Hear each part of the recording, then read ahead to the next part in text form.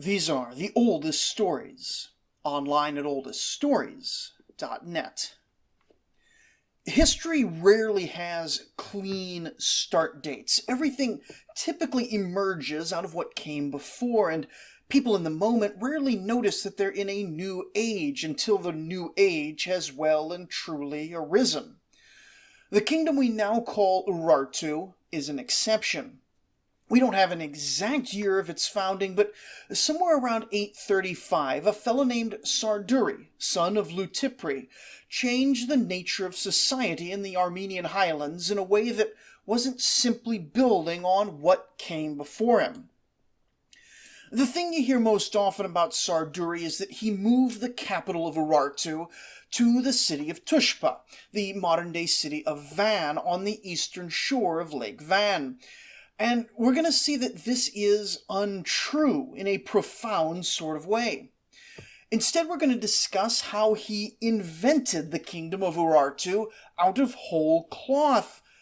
Importantly, something that also probably isn't true. But it is both true and false in interesting ways. In any case, we're about to get deep into the most profound and sudden technological and social revolution in ancient Near Eastern history.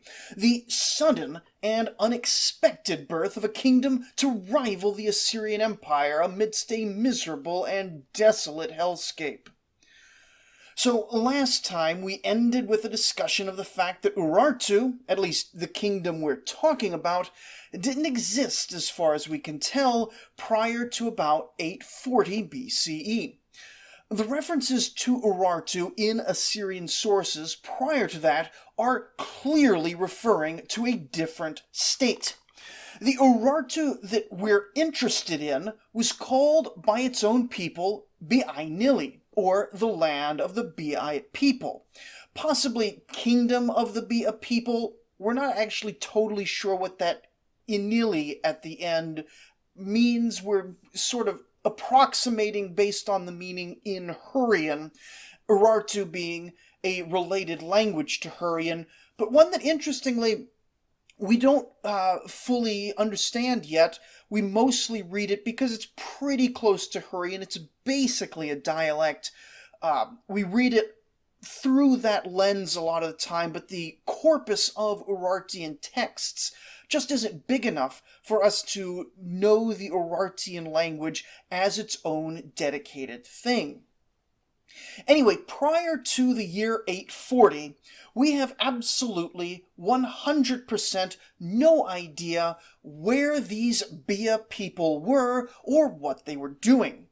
Linguistically, like I said, they were related to the Hurrians, and if they hadn't built their own kingdom, we probably wouldn't even have enough to distinguish them from the rest of the Hurrians. We do guess that they were probably originally from somewhere in the southern parts of the mountains because Sarduri is drawing heavily from Assyrian cultural practices, so it makes sense that the Bai people might have been from a border region, but that's honestly guesswork. Another guess is they may have been from the region around Musasir, a holy city of the storm god Haldi that was quite significant in the royal theology. But Haldi was worshipped widely throughout the highlands, so it's not totally clear there in that way either. A third guess is that they were indigenous to the eastern shore of Lake Van, and they could have been. It seems pretty clear, however, that Sarduri himself seems to have been a migrant into that region as he founds Biainilli. And while it's possible that Sarduri was some kind of wandering adventurer who arrived in Bai territory, then took over the Bai people, then formed a kingdom, it's also possible, and narratively simpler, to suggest that he was probably already the chief of the Bai people, or at least one branch of them, and he led his people to the East Lake Van region, where they settled down. What we can say for sure is that by 832, Biainilli has been founded as a settled territorial state. Sarduri is the king, and they have either conquered or confederated enough local tribes to be a notable figure even all the way down in Assyria, only maybe 3 years after their founding. I say that the exact year of foundation is unclear, but the foundation moment is typically claimed to be the year that Sarduri founded the city of Tushpa, which is the modern city of Van on the eastern shore of Lake Van. He seems to have founded this city from nothing. East Lake Van is a decently farmable area fed by a few rivers, but there doesn't seem to have been a good, constantly flowing river at Tushpa itself. It's fed by a seasonal river only. And so somehow, in the space of relatively few years, he constructs a fortress along a river that only occasionally flows, establishing one of the most largest and most enduring cities in the entire region. He builds a fortress that is a full technological step ahead of anything else of its time, and it still stands, in part, today in the city of Van. And then because it hasn't got a reliable water system, he develops a complex cistern and artificial spring water system. Then he terraces the nearby mountainsides, integrating drainage and rainwater collection into the terraces. And then he begins to adjust the local agriculture to blend Mesopotamian canal-fed agriculture with the demands and crops available to him in the Armenian highlands, which is still wheat, but according to some sources it might be a slightly different cultivar of wheat, or barley rather. And then he introduces writing to the region, adopting a formal Assyrian style that shows tremendous familiarity with advanced Mesopotamian education. And if you go by the conventional dating, he does all of this between 835 and 828. An entire 7 years. And this is why it's really hard to talk about the foundation of Urartu.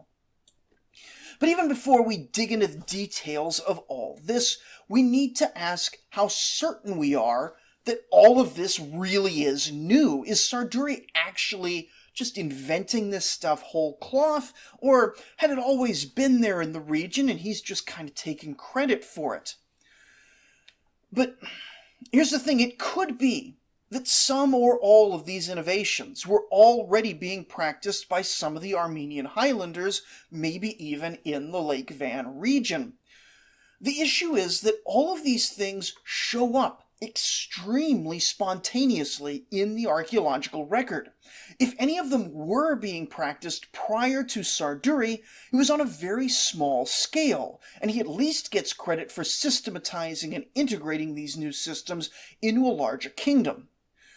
For example, fortress building as a general concept isn't new, and some people do suggest that there may have been some kind of proto-terracing in the Highlands region before Sarduri, but what we see in Urartu is certainly at least a noticeable step up here.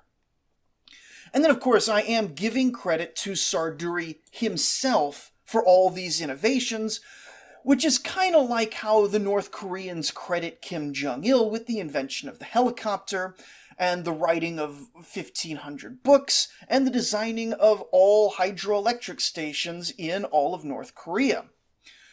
But honestly, if Sarduri actually, personally invented all of the things I'm giving him credit for, it would make him one of the most enduringly brilliant leaders in the whole of world history, and it's not unfair to be a little bit skeptical. Oh yeah, he did all those things? But consider this.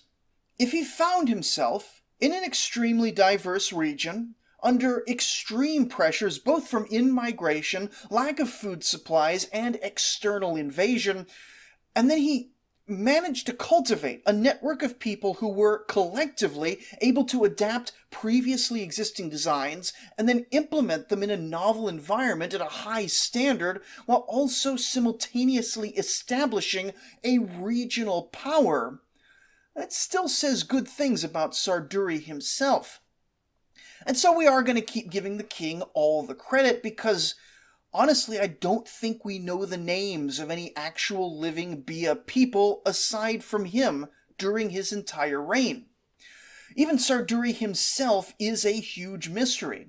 His name itself means gift of the goddess Sardi, which is a local variant of Ishtar, but he gives us very little else to work with. So Sarduri comes from somewhere, and he ends up as the head of the Bia people, and they all end up on the eastern shore of Lake Van. Now, I'm going to suggest, without really knowing, that as he takes power sometime around 840, I would say, at the earlier end of when it could possibly have happened, because he does a whole lot. But I would say that as he takes power, he probably has a plan. Because I can't imagine you do all this just accidentally. But step one in his grand master plan is to found a city from nothing. I mean, the place where Tushpa is not a terrible site. There were probably already some people living there. And it's got decent farming. It's got at least seasonal flowing water, some springs. But one suspects that he selected that site mostly for the tall, rocky outcropping that would become Sarduri's great legacy for the next 2,800 years. It begins with Sarduri sending workmen up to the top of the outcrop, about 100 meters up and quite sheer, to clear away the soil and flatten down the bedrock itself into form for his planned fortress. Then he quarried out massive stone blocks up to 10 tons each, 6 meters long, and they were all hauled and then hauled a pretty long way, and then lifted straight up 100 meters up that cliff to the build site. We got no idea how they were lifted. It could have been cranes, it could have been a temporary ramp, it could have been aliens, probably aliens. But once they were in place, they were placed into carved niches in the bedrock for those specific stones to sit in. And then they were held in place by pure weight alone. They didn't have any mortar at all, which some people say is, wow, it's such an accomplishment. How did they do this without any mortar? But really, they didn't have the technology to make a good mortar, so they just piled the stones as best they could. So not actually a technological jump up there like some people claim, but it's still really impressive. They're carving these giant stones to sit on each other, and they've sat on each other for almost 3,000 years. Gaps in between the stones, they're not carved super perfectly, just very good. They were filled in by smaller rock pieces that seem to have been hammered into shape and then sort of hammered into gaps to fit on site. But soon enough you have this 4-meter high wall of a citadel that itself is about 45 meters by 13 meters. It's a decently large structure whose ruins still exist today. It's not the world's finest craftsmanship, but they seem to have either invented or imported the skill required to build it from scratch. And given the engineering challenges, I think they did a fine job. With the fortress completed, the plain at its base could be settled with a city. The water supply controlled primarily from the wells within the fortress and rainwater harvesting cisterns. And this plain seems to have hosted a mix of pasturage and agricultural lands, with fishing occurring in the lake, and terracing beginning on the mountains to expand the population capacity of the Lake Van region. It wasn't all engineering and architecture, though. Sarduri arranged it all through the introduction of writing and a stable state apparatus. Sadly, we only have 2 inscriptions from his time. The first is a set of laws, or perhaps religious rituals. The text is very badly damaged, and it's hard to tell the purpose exactly. One reconstructed translation, for example, has the line, "If a man substitutes a life," possibly meaning he has someone else serve in some such way as maybe in a draft, or he's got some other obligation and he's having someone substitute for him. If a man substitutes a life, then the man will give a number of oxen and 3 cows. And this at least is to partially offset someone's service obligation. He'll then give some unreadable number of oxen and 7 cows in sacrifice as a funerary offering, possibly on the theory that by avoiding this service, the man is ritually dying, or perhaps it's just to offset the costs of the substitute.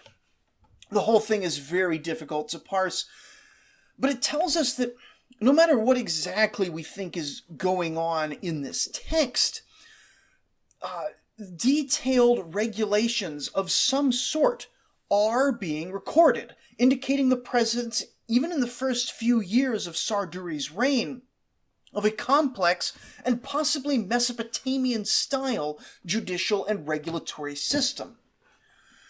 We get even more sense of Assyrian borrowing with the more complete of his inscriptions. This one's carved all over the Tushpa fortress, and it reads, "Inscription of Sarduri, son of Lutipri, great king, strong king, king of the world, king of the land Nairi, king who has no equal, marvelous shepherd, fearless in battle, king who subdues those insubordinate to him. I am Sarduri, son of Lutipri, king of kings, the one who has received the tribute of all kings. Thus speaks Sarduri, son of Lutipri, I carried these limestone blocks from the city of Al-Nionu, and I built this wall." Now, quite strong he must have been to have personally carried these 10-ton blocks all the way from the somewhat distant city of Al-Nionu. But more interestingly is that every single one of these titles and claims, except for King of the Nairi lands, is copied from the titulary of Ashur-Nasirpal of Assyria, the great king who only a generation ago has passed away. It's interesting that the titles of Assyrian kings were known about and recited so far north, but it also shows that Sarduri is very clearly taking a lot of his ideas about kingship from the most successful, if psychopathic, king in his local area. Not a bad plan, all things considered, and as far as we can tell, there was never an apparent failure in the overall government system, though, to be fair, they do get invaded before we can really tell if they would have endured in the long run. That said, even though the Sarduri government likely ran on writing, the rest of society remains almost stubbornly illiterate. Interestingly, we can be fairly certain that this wasn't just a matter of not finding the records, since as soon as the Kingdom of Urartu falls, writing vanishes completely in the region. In the Persian period that comes shortly after the fall of Urartu, the local Persians appear to have no connection at all with the previous written language, when we know that the Persian Empire would often adopt the local language, at least in some of their official business, making heavy use of bilingual or trilingual documents and monuments to maximize their connection to the local populace. So the fact that the Persians seem to have been unaware that there was a written Urartian language, despite the Hurrian language still being spoken in the region, suggests that there had never been any real penetration of writing into the wider population for the whole of the Biainilli kingdom period. There is a larger Biainilli strategy for holding territory as the kingdom expands, but we don't know for sure if it was or wasn't invented by Sarduri. As much as I like bigging him up, he is a fun character to really get impressed by. His kingdom never does extend too far beyond the shores of Lake Van, though he was certainly in control of the whole area, including a variety of formerly disparate groups, and he was significant enough to have drawn the eye of the Assyrian king Shalmaneser in 832. Or more accurately, his tertan Dian Asher went up there in 832. Still, in that campaign, that year, We have a claim of Assyrian victory made by the Assyrians, but there's no real sign that Tushpa was plundered or even struggled in any way. Indeed, it's not beyond the realm of possibility that Dayan-Ashur was ultimately beaten back or proved unable to overcome the fortress of Tushpa, as he only claims to have fought within a valley, killed some of the enemy, and returned without notable plunder, which, of course, is often a sign of an Assyrian defeat. Now, such an invasion might have even worked in Sarduri's favor, whether or not the Assyrians won. Just as in the West, it was increasingly recognized. By the West, I mean Syria. The west of Assyria is the Syrian region of the Neo-Hittites and the Aramaeans. Over there, it was increasingly recognized by a lot of the petty kings of the Near East that the only way to defend against Assyrian aggression was through unity.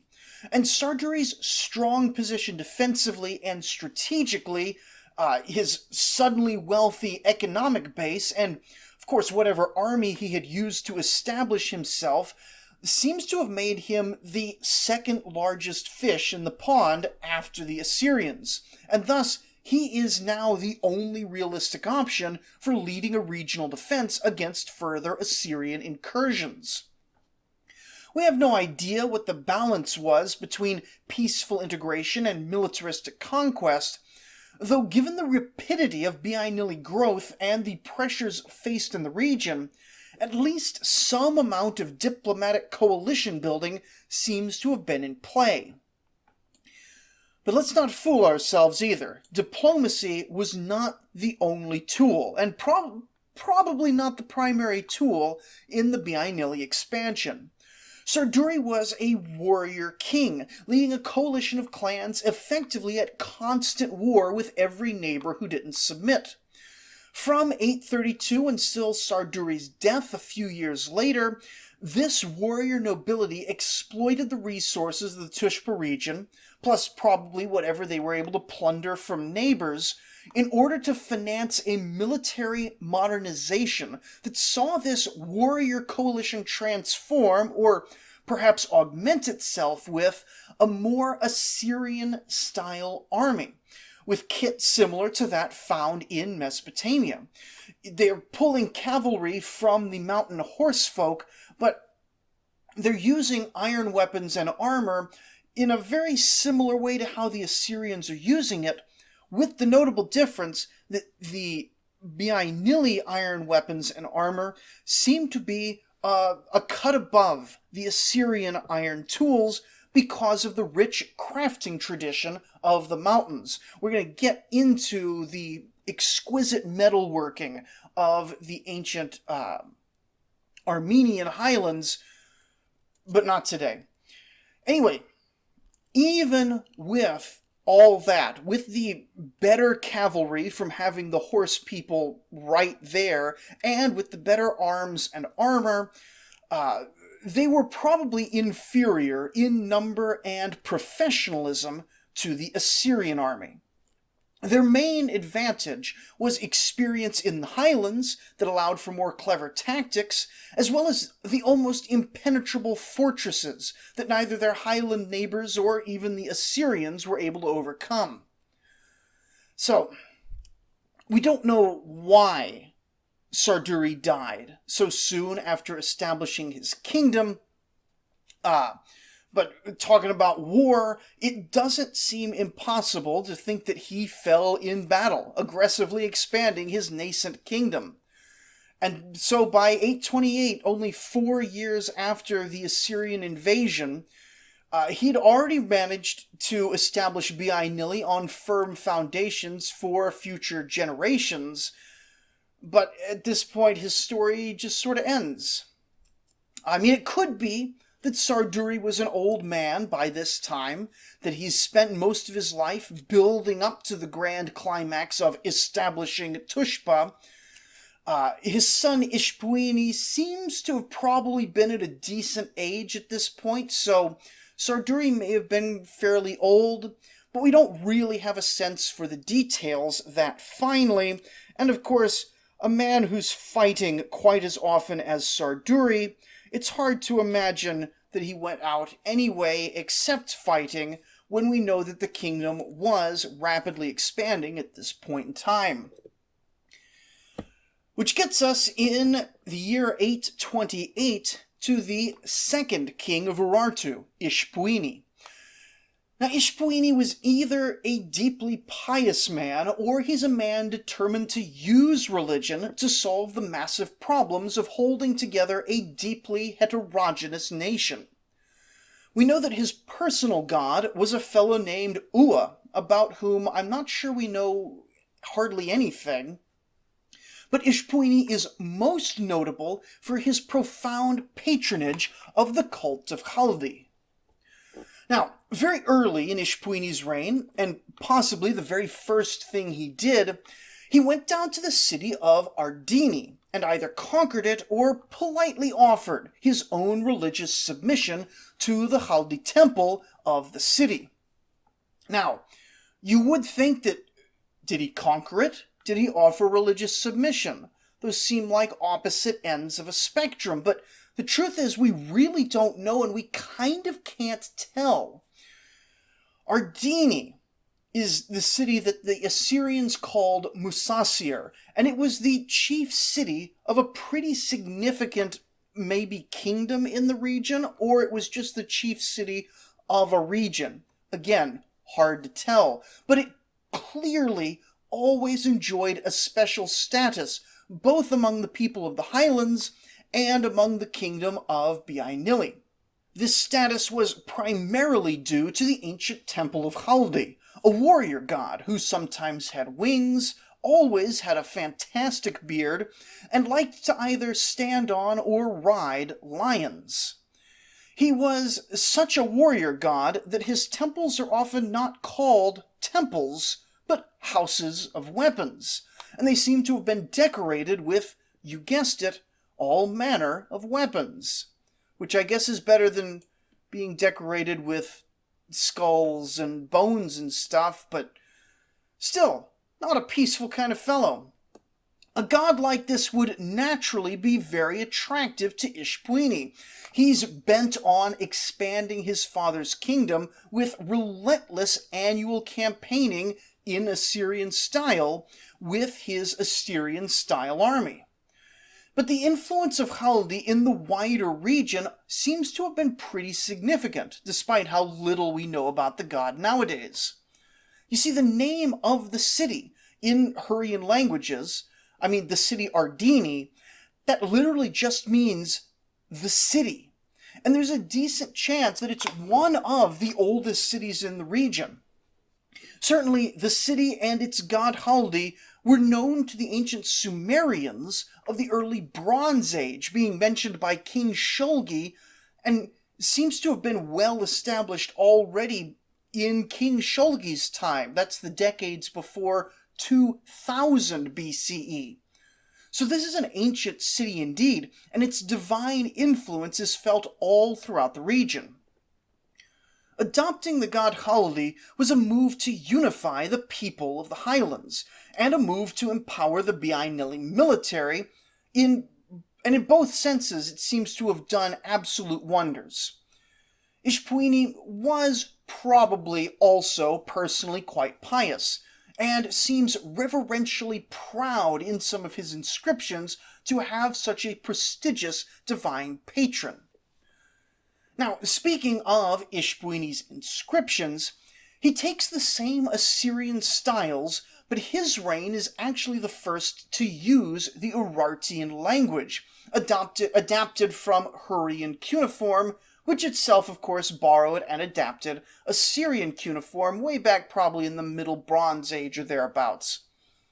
He does, however, make extensive use of bilingual Urartian Assyrian inscriptions, which is interesting because it tells us that despite the widespread, probably deliberate illiteracy, there's at least someone in his realm who could read each language. And this tells us that there's a Assyrian style or Mesopotamian style education system getting implanted in the Biainilli kingdom, and they're also importing Hurrian scribal systems as well, which includes Hurrian scribal schools, Hurrian scribes to teach ongoing generations how to write the language that they've been speaking for hundreds of years or whatever. It's very interesting. This may represent an effort to increase literacy in his rapidly growing kingdom, but also it might not have done. It might have just been, hey, let's get just enough literacy to run our government, and then we're happy. We don't really know what motivated Ishpuini or what he was trying to do. All we can tell is that following his adoption of the god Haldi, Biainilli began to grow, reaching out from its roots around Tushpa to encompass the entire Lake Van region within only 10 or so years. And everywhere he went, he built fortresses just like the ones at Tushpa. Not always the same floor plan, so to speak, as each one was, of course, crafted to fit whatever mountain peak where it was going to be situated to command over the local region.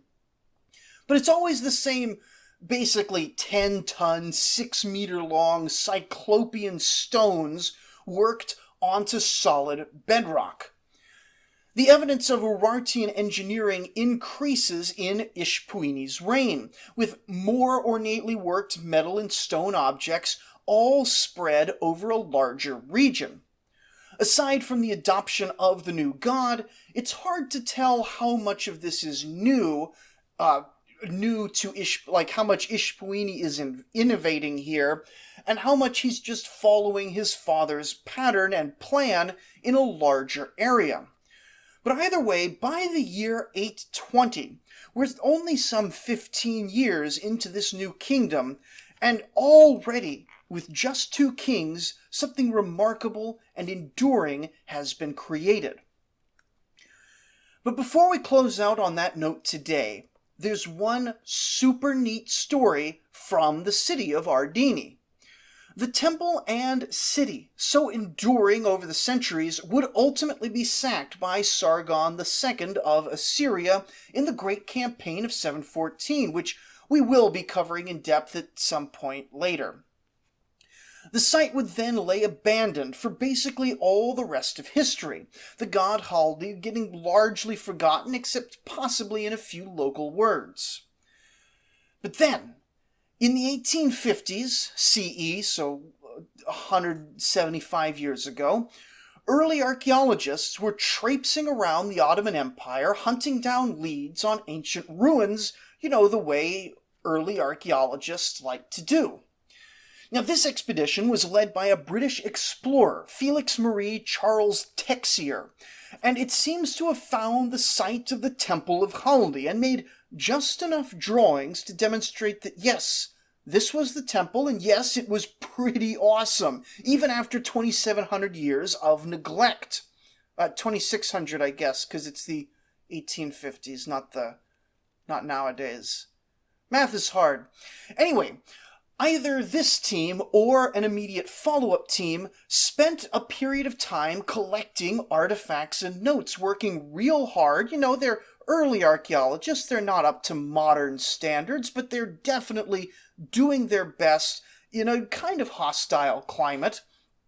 But then, on the way home, they've got their wagons, they're taking it all back to whichever museum they want to take it back to, and the entire expedition was attacked by Muslim raiders who slaughtered them to the last man and destroyed or stole the artifacts. Now that's a sad story. It's not great when people are attacked by bandits, but no one else knew the location of the Temple of Haldi. No one survived to tell anyone where they had been working. No one knew where the city of Musasir was, or the city of Ardini. It's the same city, 2 different names. And then, despite the subsequent 175 years that has seen multiple expeditions returning to that general area, no one has ever again found the lost temple of Haldi. Now, is that story true? I think it might be, though there are enough variations of the tale and people casting doubt on it that it's at least somewhat apocryphal. Perhaps some of the details are magnified or altered in the telling and retelling. But what is certainly true is that someone does seem to have found the Temple of Haldi at one point and lost it. And it's a reminder that the city of Ardini, a city literally called the city for its religious, strategic, and trade importance, it's still out there. It's still waiting for an ambitious explorer to once again uncover its ruins. I know that some of you are in school or thinking about going on to college that are listening right now. If you're interested in history, but wondering what practical value there might be in studying it, think about the lost Temple of Haldi, or the lost capital of the Akkadian Empire, or the lost capital of Mitanni, and realize that there's so much left to uncover, even in a region as thoroughly studied as Mesopotamia. And that's to say nothing of Central America, where we've uncovered like 2% of everything that's out there. Just, if you're thinking about being an historian or an archaeologist or anything related to that, archaeology, the getting there and digging, AI is not going to replace that, not for a long, long time. Consider it, seriously. But that's neither here nor there. Next time, we're going to pick back up with the reign of Ishpuini and his son and co-regent Menua. The two of them form an interesting sort of tag team that becomes a distinctive pattern of Biainilli royal transitions. So join us next time as the kingdom expands yet again, tripling in size in the next decade, and begins to look more and more like a power that the Assyrian Empire, itself starting to hit that rough patch, has reason to fear. Thank you for listening.